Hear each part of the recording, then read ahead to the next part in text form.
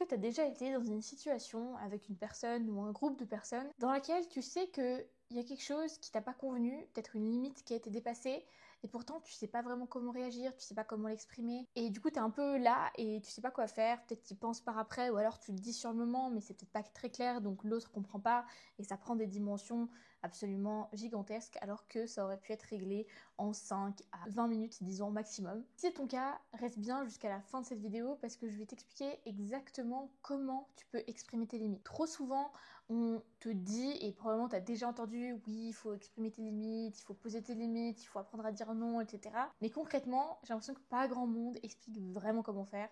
Et donc, je vais te donner aujourd'hui le process que je donne à mes clientes, mais aussi que j'utilise et que je viens d'utiliser il y a de ça une demi-heure peut-être, quelque chose comme ça, dans une situation où voilà, je devais poser une limite. Sur le moment, je savais pas trop exactement qu'est-ce qu'il y avait, j'avais juste une sensation. Et du coup, j'ai utilisé mon processus et me voilà maintenant inspirée à faire cette vidéo. La première étape, quand tu es face à une situation comme telle, c'est de remarquer en fait la sensation dans ton corps qui signifie qu'il y a eu un dépassement de limite ou du moins quelque chose qui t'a pas convenu. Parce que très souvent, le corps, il sait avant même le mental, et donc c'est pour ça que c'est extrêmement intéressant d'observer qu'est-ce que le corps a à te dire. Est-ce que tu as une sensation dans l'estomac, peut-être de contraction, ou alors dans la poitrine, ou alors à plusieurs endroits, ou peut-être même dans la gorge, une boule dans la gorge, que c'est quelque chose qui a envie de sortir mais que t'exprimes pas parce que t'as peur de la réaction en face aussi. Juste voir qu'est-ce qui se passe dans ton corps. Et là, le but, c'est même pas voilà, de mettre un sens comme je l'ai fait juste avant, de dire ah peut-être que c'était une boule qui voulait sortir, finalement qu'elle veuille sortir ou pas, on s'en fiche. C'est juste de voir qu'est-ce que c'est, comment c'est dans ton corps. Sans penser forcément directement à la situation ou à ce que tu vas faire ensuite, juste observer. Et parfois, c'est pas une sensation, mais c'est peut-être plutôt une émotion. Et du coup, à ce moment-là, si l'émotion c'est de la colère, ou alors de la culpabilité, de la honte, ça peut être de la tristesse aussi, de voir, et cette tristesse, c'est comment un peu dans ton corps finalement. Juste de voir où est-ce que ça se situe, comment c'est, sans mettre de signification, sans mettre de sens, sans t'identifier, juste observer. Ça, c'est la première étape. La deuxième étape, tu t'en doutes, c'est de te mettre au clair avec toi-même, d'abord, parce que c'est ça qui est le plus important, sur quelle limite a été dépassée finalement. Et sur ce point, j'insiste, c'est très important de pas réagir à chaud si t'es pas vraiment clair sur ce que tu veux exprimer et sur quelle est ta limite. Parce que quand tu réagis à chaud, que tu sais pas vraiment ce que tu veux dire, très souvent, la personne en face comprend pas vraiment non plus, et du coup, elle te répond d'une certaine manière qui peut-être te blesse encore plus, ou qui dépasse encore plus ta limite, et du coup, ça prend des ampleurs qui sont trop grandes par rapport à ce que ça aurait pu être. Et donc, si tu sais pas tout de suite, c'est pas grave, c'est totalement ok de pas savoir. C'est pas grave si tu réagis pas sur le moment. Si tu sais pas, le but c'est de prendre un petit peu de recul et de mettre en place la structure et ces techniques que je vais te donner juste après. Donc pour te mettre au clair sur quelle est ta limite qui a été déplacée, clair avec toi-même, donc selon mon expérience, la façon la plus efficace, on va dire, pour moi en tout cas et pour la plupart de mes clientes, c'est l'écriture. Donc ça peut être l'écriture voilà, sur ton application Notes, ça peut être sur un carnet, ça peut être peu importe. Mais simplement, ça permet déjà d'exprimer une première fois, même si c'est pas directement à la personne, par écrit. Donc de sortir et de pas garder à l'intérieur. Et pour ça, c'est pas simplement écrire tout ce qui s'est passé, etc., tous les détails et à quel point cette personne en face de toi a fauté ou a merdé. C'est tout d'abord la première sous-étape, on va dire, de ce processus d'écriture pour te mettre au clair avec toi-même, c'est de savoir qu'est-ce qui s'est passé, quel était le contexte, quelle était la situation dans laquelle t'étais, dans laquelle une de tes limites a été dépassée, ou du moins dans laquelle il y a quelque chose qui t'a pas convenu. Donc le contexte. Deuxième point ici, c'est de voir où et quand ton corps il s'est tendu. Parce que très souvent, peut-être cognitivement, tu sais pas exactement quelle limite a été dépassée, juste tu sais et tu sens surtout qu'il y a quelque chose qui joue pas, parce que tout d'un coup, t'as voilà, une sensation dans le ventre, ou bien peut-être dans les épaules, peu importe. Et donc de voir à quel moment dans la situation, est-ce que c'est quand la personne a dit une certaine chose, a fait un certain geste, ou bien est-ce que c'est quand une autre personne est arrivée dans par exemple le groupe, si tu es dans un groupe, quand est-ce que c'était que ton corps a réagi? Parce que ça va te donner un très bon indicateur sur où est-ce qu'il y a eu le problème très précisément, très exactement, et du coup, quelle est ta limite par rapport à ça. Donc grosso modo, c'est de te dire, ma sensation que j'ai eue, et c'est pour ça que c'était important de l'identifier au tout début, à quoi est-ce qu'elle correspondait dans la situation. Et une question plus poussée que tu peux te poser à toi-même et que je pose très souvent en coaching, c'est si ma sensation finalement elle pouvait parler, qu'est-ce qu'elle me dirait? Et très souvent elle va te dire, bah en fait, qu'est-ce qui l'a déclenché, pourquoi est-ce qu'elle est là, etc. Tu peux même lui demander directement. Imaginez que tu as une petite discussion avec cette sensation que tu as eue au début. Donc ça, c'est la deuxième étape, de voir à quoi correspondait la sensation que tu as eue. Et donc la troisième étape, c'est du coup de voir qu'est-ce que tu aimerais voir changer pour que cette sensation ne se reproduise plus. C'est-à-dire, ou qu'est-ce qui aurait dû être différent dans la situation pour que cette sensation, elle se produise pas. Et c'est là, en fait, qu'on met le doigt sur la limite. C'est-à-dire, à partir de maintenant, qu'est-ce que tu veux voir changer chez cette personne, dans cette situation? Pose la question pour pouvoir pointer le doigt précisément sur qu'est-ce qui était le problème. Et de pas juste dire « Ah non, mais là, ça va pas du tout, etc. T'as vu ce que t'as fait », alors que peut-être on sait pas exactement ce que c'est. Et la quatrième étape, c'est de formuler clairement la limite. Exemple, dans ce qui s'est passé pour moi il y a une demi-heure, c'était que je veux pas qu'on me donne de conseils quand je ne les sollicite pas. Même si je sais que ça vient d'une bonne intention, etc., je préfère pas. Donc ça, c'était la limite. Ensuite, maintenant, on revient à la structure principale. Et donc après s'être mis au clair avec toi-même sur quelle a été la limite qui a été dépassée, donc là, tout se passe de toi à toi-même. Pour l'instant, t'as rien exprimé, t'es juste en train de faire le point. Et ce point, il peut prendre du temps, comme il peut être très rapide. C'est-à-dire que ça peut être juste quelques points que tu mets par écrit, voilà, ou alors au bout d'un moment peut-être que ce sera naturel et que tu le feras voilà, dans ta tête ou peu importe et du coup que ça ira très vite. Ou alors ça peut prendre plus de temps, dans les deux cas c'est très bien. Le but c'est simplement que tu sois clair avec toi-même sur quelle limite a été dépassée et qu'est-ce qui doit changer à partir de maintenant. Et donc la troisième étape c'est d'exprimer la limite. Et pour exprimer la limite, pareil, ça peut se faire en plusieurs étapes. Tu peux même l'entraîner, parce que parfois quand c'est difficile, quand on a peur de pas réussir, etc., ça peut être intéressant d'écrire ce que tu as envie de dire ou de le répéter même à voix haute, de faire comme si la personne était en face de toi, dans le cas où par exemple tu es sorti de la situation, de faire comme si la personne était en face de toi et de lui dire bah écoute, il s'est passé ça, etc. Je sais que c'était sûrement pas ta volonté de me blesser ou de dépasser ma limite, etc. Et c'est vrai que moi j'aurais apprécié que ça se passe différemment, blablabla, et du coup à partir de maintenant, j'aimerais que ce soit plutôt comme ci, comme ça, est-ce que c'est possible pour toi? Donc tu peux le faire par oral comme ça, sans qu'il y ait la personne en face de toi, comme si tu répétais un petit peu, simplement aussi parce que ça te permet d'exprimer. Donc pareil, de pas garder à l'intérieur, parce que le truc le plus toxique qui se passe quand on n'exprime pas ses limites, c'est qu'en fait, elles restent à l'intérieur, et en fait ça s'accumule, et petit à petit, un jour ça explose, la personne en face elle comprend pas, peut-être même que c'est même pas directement à cause d'elle, parce que c'est plein de limites de plein de personnes différentes que t'as pas réussi à exprimer qui maintenant font un trop-plein. Et donc c'est pour ça que même si tu dis pas directement à la personne, rien que le fait déjà de le dire par oral, à voix haute, et là j'insiste à voix haute, c'est très important, ça permet déjà de faire ce premier jet d'expression.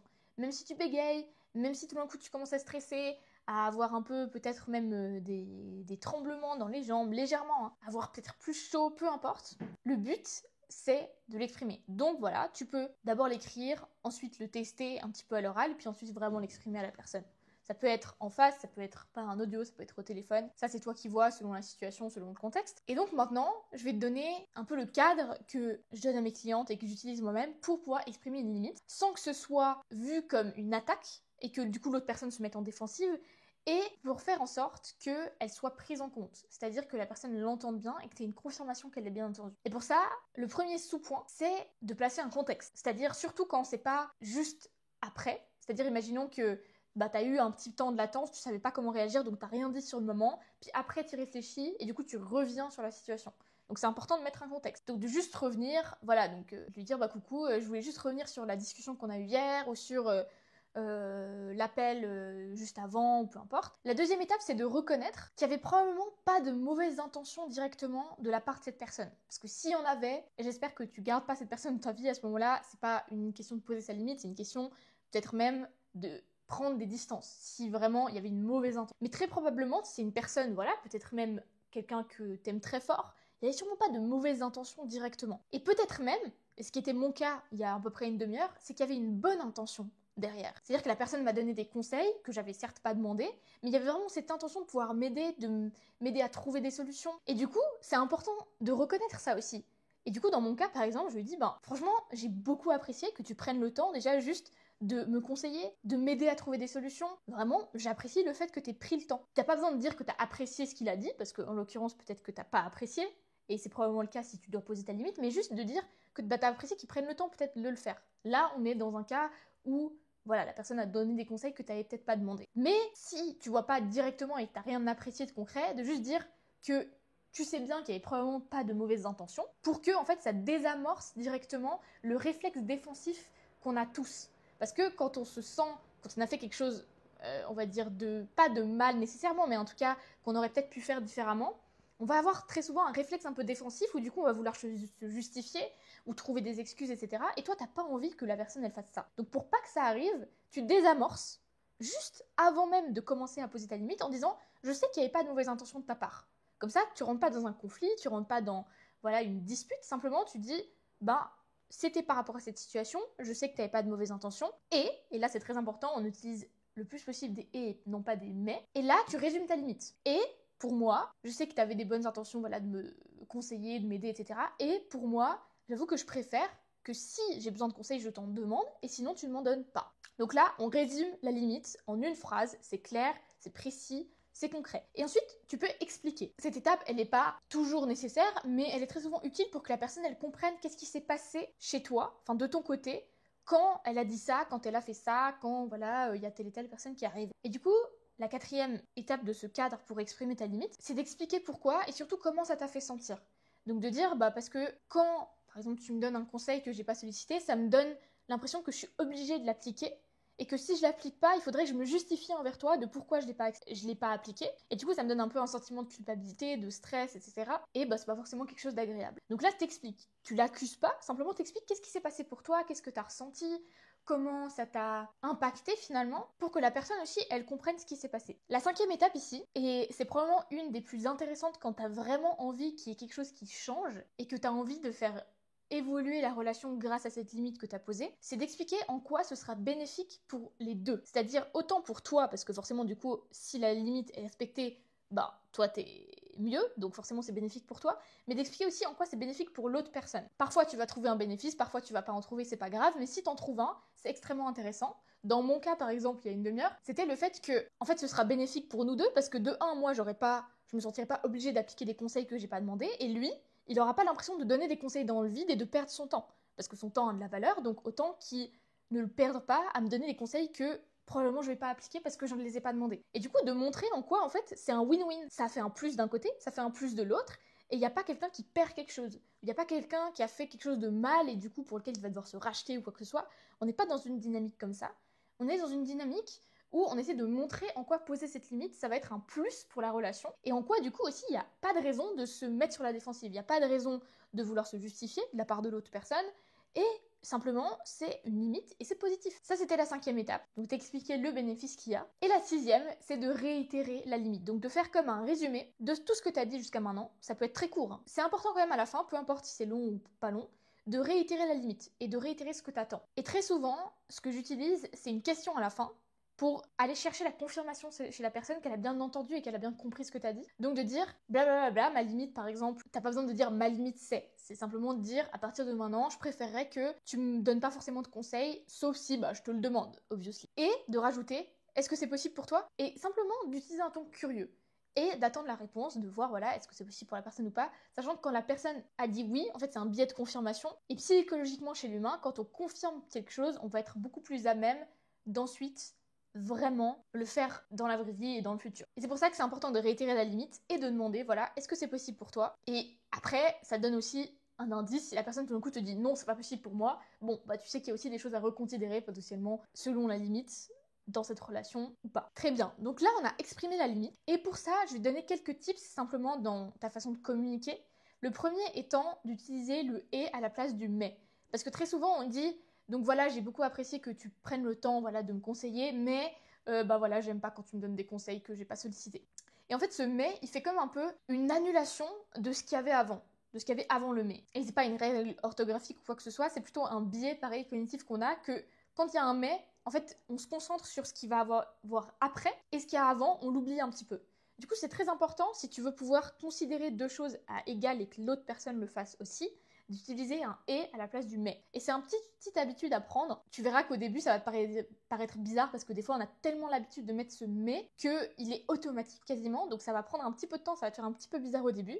Mais tu vas voir qu'à long terme, c'est hyper intéressant parce que du coup, tu vas éviter ces biais cognitifs où la personne, du coup, elle n'entend plus que la fin de ta phrase et elle n'a pas considéré le début. Le deuxième petit tips, c'est d'utiliser le « je » au maximum et le moins possible le « tu », simplement pour éviter, en fait, pareil, d'entrer dans cette situation un peu de confrontation ou alors que l'autre se met sur la défensive parce qu'il se sent attaqué. Donc de dire juste simplement comment je me sens, qu'est-ce qui s'est passé pour moi, etc., etc.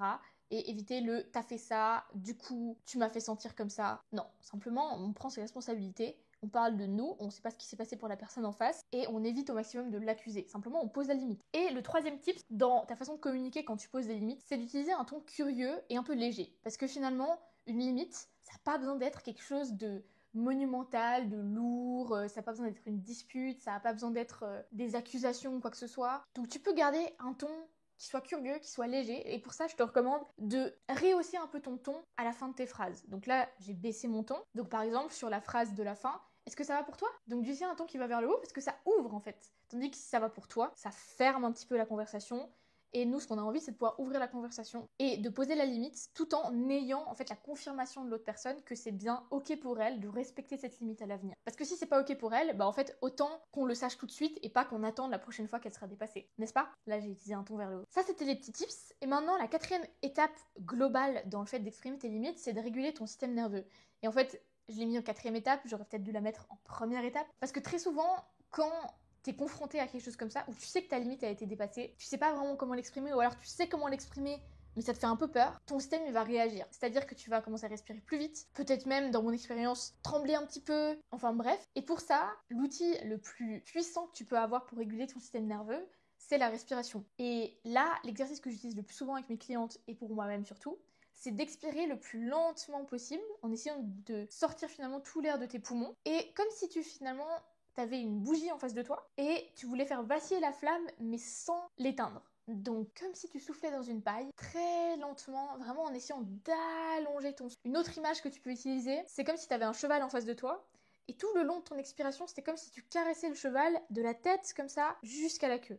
Et du coup, tu te caresses très lentement et ton expiration, elle doit suivre un peu ça. Et donc, c'est une image un peu pour t'aider à ralentir l'expiration qui va activer ton système parasympathique. Parasympathique, c'est le système de repos, on va dire, qui ralentit toutes les fonctions vitales et te permettre de revenir à un état un peu plus régulé si tout d'un coup t'es activé et que ton système sympathique est un peu plus en avant que d'habitude. Le deuxième outil que tu peux utiliser pour réguler ton système nerveux, que j'utilise parfois, c'est du coup le shaking, parce que parfois tu as justement ces pas impulsions, mais naturellement, tu sens que tu as un petit tremblement dans les muscles, ou peut-être dans les jambes, je sais pas, où tu peux les avoir dans les bras, etc. Et du coup, au lieu d'essayer de contracter tes muscles pour essayer de faire arrêter le tremblement, autant le laisser s'exprimer et même l'amplifier un petit peu pour que l'énergie elle se libère et pour que tu puisses revenir pareil à un état régulé, parce que quand tu es dans un état pareil, régulé, donc ton système nerveux, il n'est pas activé, il est au calme, au repos, c'est beaucoup plus facile de t'exprimer, c'est beaucoup plus facile de poser une limite, c'est beaucoup plus facile d'avoir une discussion si c'est nécessaire, que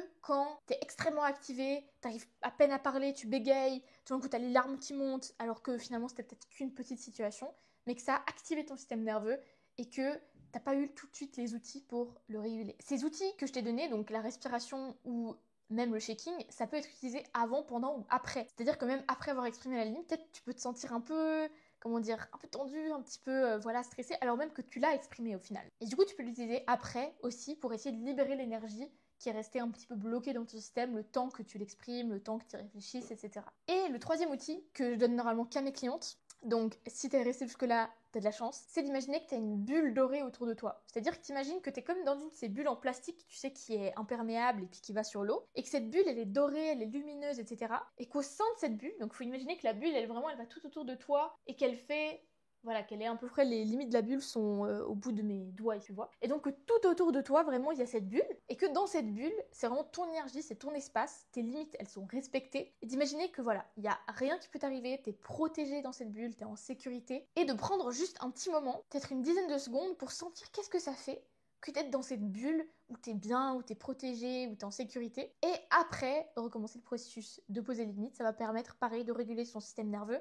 Et comme c'est une image, c'est plus facile de s'en rappeler. La cinquième étape dans la structure globale pour poser une limite, c'est de te célébrer. Parce que quand tu l'as fait, il faut se rendre compte que t'as fait un grand pas. Surtout si tu regardes cette vidéo, c'est probablement que t'as un petit peu de peine à poser des limites, ou alors c'est pas facile, et c'est totalement normal. Et du coup, c'est important de te célébrer, de remarquer que tu l'as fait. C'était dur, t'as peut-être stressé, ou alors tu savais pas comment faire, et pourtant tu l'as fait. Même si c'était pas parfait, c'est totalement ok, tu l'as fait et ça mérite célébration. Et quand je dis célébration, c'est pas obligé que ce soit ouvrir une bouteille de champagne, même si ça peut être simplement t'asseoir dehors au soleil avec ta tasse de thé préférée ou ta tasse de café et juste être là, vraiment là, sans penser à autre chose et te dire waouh, franchement, j'ai fait ça, bien joué, je suis fière de moi. Ou ça peut être aller te balader, prendre un bain ce soir au lieu d'une douche. Peu importe, un petit truc qui quand même marque le coup, qui fasse que tu te rappelles que t'as fait ça et que tu peux être vraiment fier de toi. Et c'est extrêmement important parce que ton système, quand du coup tu vas célébrer, il va se rappeler qu'en fait, poser la limite, c'était une bonne expérience. Que, en fait, t'as été récompensé, entre guillemets, après. Et du coup, il va intégrer le fait que ah mais en fait c'était bien de poser la limite, même si ça m'a fait peur, même si au début c'était inconfortable, au final c'était bien. Et c'est aussi ça qui va permettre de construire une plus grande confiance en toi et de te permettre par la suite de poser des limites beaucoup plus facilement. Et pour finir, j'aimerais ici te donner quelques petits rappels pour t'aider quand tu poses des limites. Le premier étant que c'est pour toi que tu fais ça, mais c'est aussi pour la relation. C'est-à-dire que si t'en avais rien à foutre de cette personne en face de toi, tu prendrais pas la peine de poser cette limite, tu prendrais pas l'énergie nécessaire pour le faire. Et donc, de vraiment le voir comme un plus, comme quelque chose qui va aider autant toi, bien sûr, parce que ça t'aide à poser tes limites et du coup à être respecté et du coup à te sentir bien, mais aussi la relation et aussi l'autre personne. Parce que tu permets probablement à cette autre personne peut-être de se rendre compte de quelque chose. C'est-à-dire que, dans mon cas, peut-être, je sais pas, mais que la personne puisse se rendre compte que tiens, en fait, peut-être elle perdait un peu de son énergie en donnant des conseils qui peut-être allaient pas être appliqués, etc. Et que cette énergie, elle pourrait la mettre ailleurs, etc. Ou pas, mais en tout cas, t'ouvres une porte. L'autre appel important aussi, c'est que tu construis ta confiance en toi, ce faisant, parce que tu te montres et tu te prouves que t'es là pour toi, que tu te respectes et que tu respectes tes propres limites. C'est-à-dire que tu dis pas juste oui, moi mes limites c'est X, Y, Z et au final quand elles sont dépassées, tu réagis pas. Non, t'es là et quand il y a quelque chose qui te convient pas, tu le dis. Même si c'est pas immédiatement, même si c'est pas parfaitement, c'est totalement ok. Et en lien avec ce point, je pense, et c'est un des aspects les plus importants, c'est qu'il faut que tu donnes la permission que ce soit pas parfait. Que peut-être tu bégayes, que peut-être tu stresses, que peut-être ça prenne plus de temps que prévu, que peut-être tu saches pas exactement quoi dire, que peut-être tu oublies la structure que je t'ai donnée. Vraiment, donne-toi la permission.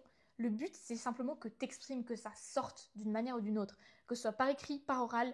Le but, c'est bien sûr de l'exprimer à l'autre personne pour que ça se reproduise plus. Et l'important, c'est que tu le fasses, même si c'est pas parfait. Donc, je te donne l'autorisation et le plus important, c'est que tu te donnes l'autorisation et la permission, que ce soit pas parfait, que tu puisses bégayer et que tu sois pas la pro des limites, c'est totalement ok, le but c'est simplement de le faire. Donc en récapitulé, la première étape pour poser une limite, c'est de remarquer la sensation dans ton corps, qui signifie le dépassement d'une limite, ou l'émotion, et du coup la sensation liée à cette émotion dans ton corps. La deuxième étape, c'est de te mettre au clair avec toi-même d'abord, sur quelle est la limite qui a été dépassée, et d'attendre d'être au clair avec toi-même et d'être au clair sur ta limite pour t'exprimer et de pas réagir à chaud. La troisième étape, c'est d'exprimer la limite, et ça peut se faire en plusieurs étapes, comme on a dit, ou en plusieurs phases. Une phase où tu écris, une phase où tu fais un petit test à l'oral, une phase où tu dis vraiment à la personne. Ça peut se faire aussi sous plusieurs formats. La quatrième étape, c'est de réguler ton système nerveux, mais finalement, c'est aussi la première étape dans tout ça. Et la cinquième, c'est de te célébrer et de remarquer qu'en fait c'est pas rien. Même si c'était une toute petite situation, c'est des toutes petites situations mises l'une à côté de l'autre qui font qu'ensuite t'as une vraie capacité à poser tes limites et une vraie capacité à t'exprimer. Bref, sur ce, j'ai assez parlé je pense. Je te remercie d'être resté jusqu'à la fin. Je te serais immensément reconnaissante si tu t'abonnes, si tu me laisses un petit like ou un petit commentaire même sur ce que t'as aimé. Et je te vois tout bientôt pour la prochaine vidéo.